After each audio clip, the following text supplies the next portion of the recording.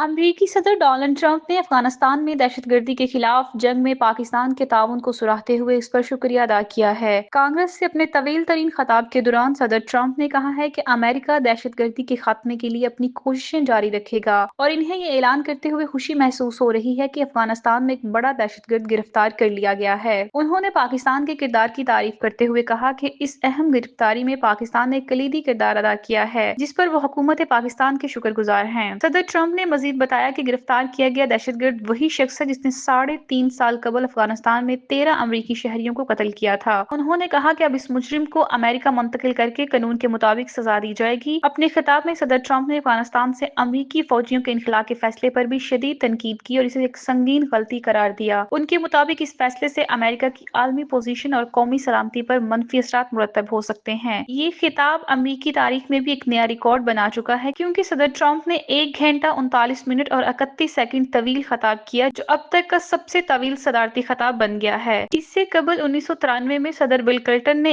1 घंटा 5 मिनट तवील खताब किया था, जो सबसे तवील तस्वुर किया जाता था।